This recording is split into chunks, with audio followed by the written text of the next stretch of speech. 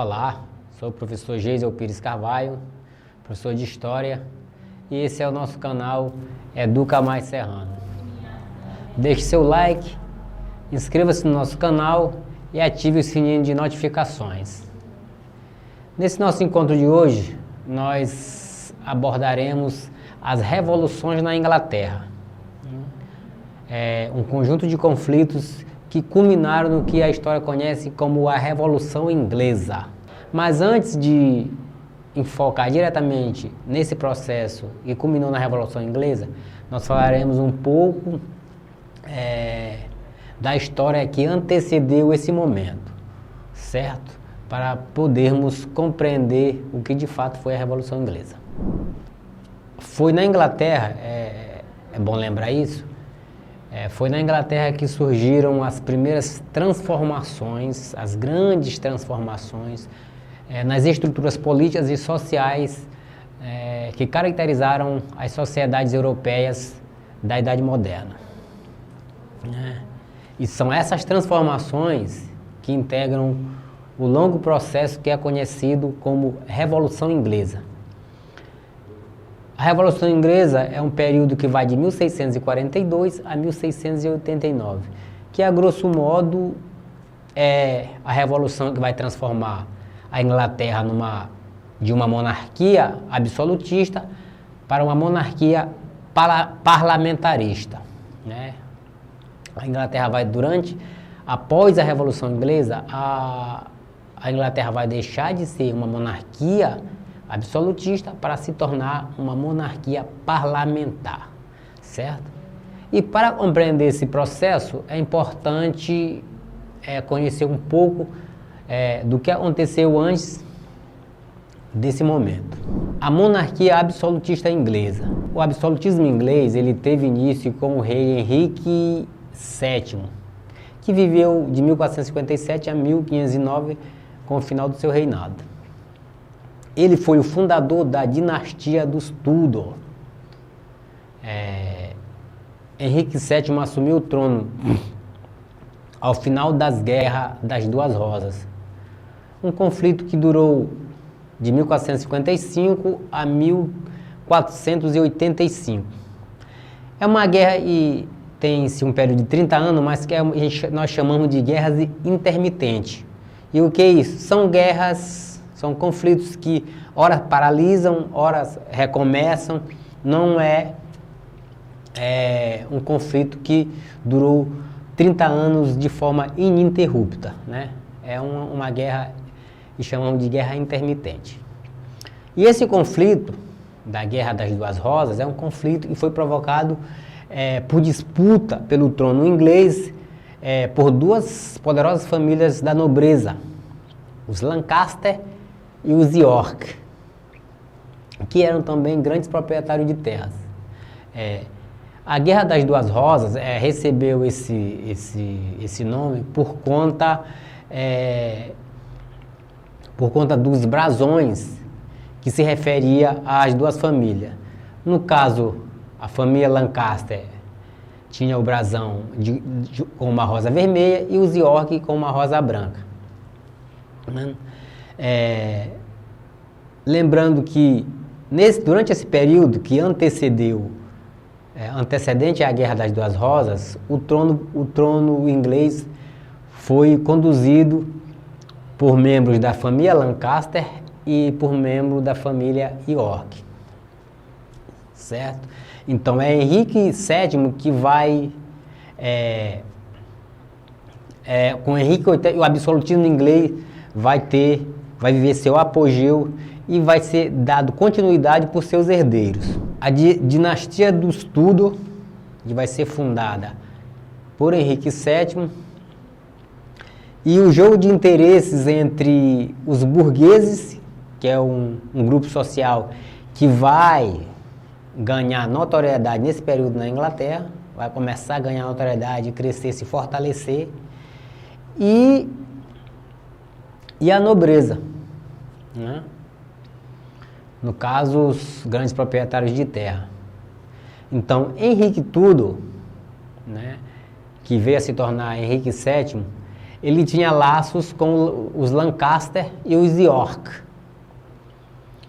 E ao subir ao trono inglês com o título de Henrique VII, ele vai implantar o absolutismo e vai conseguir a pacificação da Inglaterra. Mas como vai se dar essa pacificação? Henrique VII ele vai casar com Isabel de York, né? Ele é um Lancaster e a Isabel é uma York. Com isso ele vai pacificar o reino da Inglaterra, né? E consequentemente os seus herdeiros vão dar continuidade a essa pacificação, assim como ao absolutismo inglês, né? E esses monarcas será Henrique VIII e o seu filho Henrique VIII e a sua neta Elizabeth I. Henrique VIII, filho de Henrique VII, ele viveu até o final do seu reinado, viveu de 1491 até 1547, quando termina seu reinado. Ele vai romper com o Papa, vai romper um Papa chefe da Igreja Católica e vai fundar a Igreja Anglicana, né?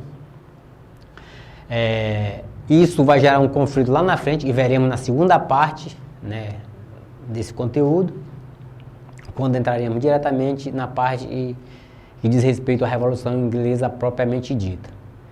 A Rainha Elizabeth I, que viveu de 1533 até o final do seu reinado em 1603, né, foi a rainha e fortaleceu ainda mais o absolutismo monárquico inglês e deu uma colaboração muito grande para o crescimento da Inglaterra, a ponto da Inglaterra vir a se tornar a maior potência daquele tempo.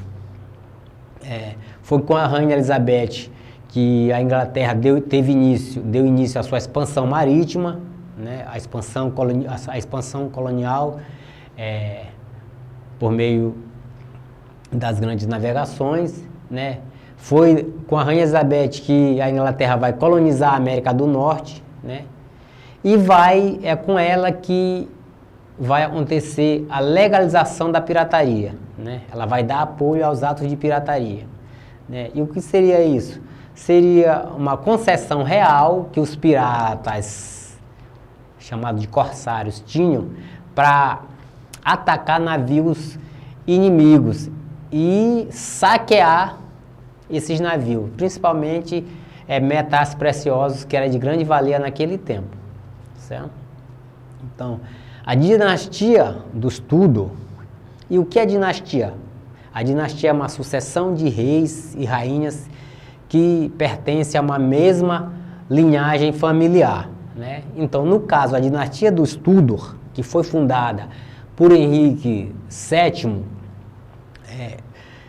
vai governar a Inglaterra, vai reinar na Inglaterra de forma absoluta por todo o século XVI, né? Obviamente que com o apoio da burguesia e o apoio da nobreza rural. E por que o apoio desses dois grupos? Porque exatamente a dinastia, o governo atendia aos interesses desses dois grupos sociais, né? A nobreza rural, que era chamada de gentry, né, na língua inglesa, mas nada mais é que a nobreza rural. Então, os interesses da nobreza e da burguesia, né, estavam em sintonia, não estavam em conflito. E por conta disso é que havia esse apoio à forma de governar durante a dinastia dos Tudor. Nesse período, a gentry, no caso, que era composta pela nobreza rural, explorava a terra com fins lucrativos, bem diferente do período anterior, que era o período feudal, que não tinha essa preocupação de explorar a terra de forma lucrativa, né? Certo? Então, durante o período da dinastia dos Tudor, burguesia e nobreza rural tiveram seus interesses atendidos e, de uma certa forma, apoiaram esse absolutismo e foi implantado por Henrique VII e foi dado continuidade por seu filho e por sua neta. Nesse período que nós estamos falando, em que a dinastia Tudor reinou na Inglaterra, essa dinastia que teve início com Henrique VII, teve prosseguimento com seu filho Henrique VIII, e teve prosseguimento com a filha de Henrique VIII, que é Elizabeth I, eles adotaram algumas medidas de interesse da burguesia e da nobreza. Por exemplo, eles passaram a centralizar o poder, o que de uma certa forma garantia a ordem social no reino inglês, né? Eles uniformizaram a moeda, sistema de pesos e das tarifas, o que de uma certa forma facilitava o comércio, facilitava a comercialização dos produtos, né? Porque tinha essa noção de valor, né? Os produtos não eram mais feitos na forma de escambo como em períodos anteriores. Houve uma permissão, né? Uma concessão aos corsários, que eram os piratas, que eles tinham vínculo com a coroa, ou seja, tinha uma concessão real, né, para atacar navios inimigos, né? E com esses ataques possibilitava o acesso a diversos produtos, principalmente metais preciosos, ouro, prata, enfim, que era o que determinava a riqueza de uma nação, né? Outra medida interessante foi o incentivo foi dado nesse período à expansão marítima e comercial da Inglaterra, o que de uma certa forma favoreceu o crescimento do que nós viemos a conhecer como capitalismo. Então, foi nesse período que houve o crescimento capitalista, né? E por fim, a igreja anglicana, que foi fundada, como já dito, por Henrique VIII, para atender os seus interesses, ora pessoais, né, que a história nos diz, mas nós vamos falar na segunda parte. Também, de uma certa forma, a igreja participava desse jogo de interesses entre a nobreza e a burguesia. E por que isso? Porque a igreja, nos seus cultos, nas suas cerimônias, se utilizava da liturgia e da hierarquia sacerdotal católica, mas, por outro lado, destacava o conteúdo calvinista, uma corrente do protestantismo. E como se dava isso? Porque a ética religiosa calvinista, ela se adequava aos valores da burguesia, porque estimulava o trabalho metódico, a eficiência no trabalho, estimulava a poupança, estimulava a acumulação de riqueza, e dava legitimidade para o lucro, coisa que a Igreja Católica não dava. Então, a ética calvinista, dessa corrente do protestantismo, se alinhava mais com os interesses burgueses, né? Então, todas essas medidas, todos esses acontecimentos que precederam a Revolução Inglesa,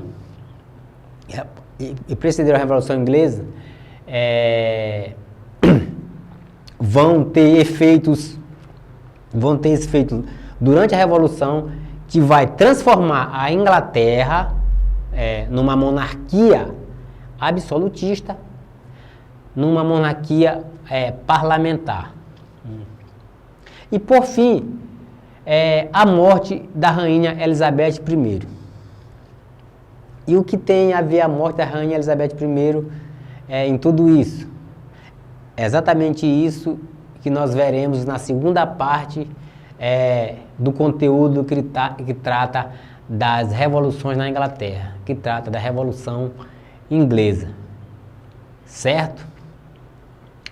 Então, na segunda parte desse conteúdo, nós trataremos dos acontecimentos que se deram a partir da morte da rainha Elizabeth I. Certo? Esse era o nosso encontro de hoje. Pedimos que você deixe seu like, se inscreva no nosso canal, ative o sininho das notificações e não esqueça de compartilhar, de deixar um comentário, dizer o ano ao qual você estuda, qual escola que você estuda, certo?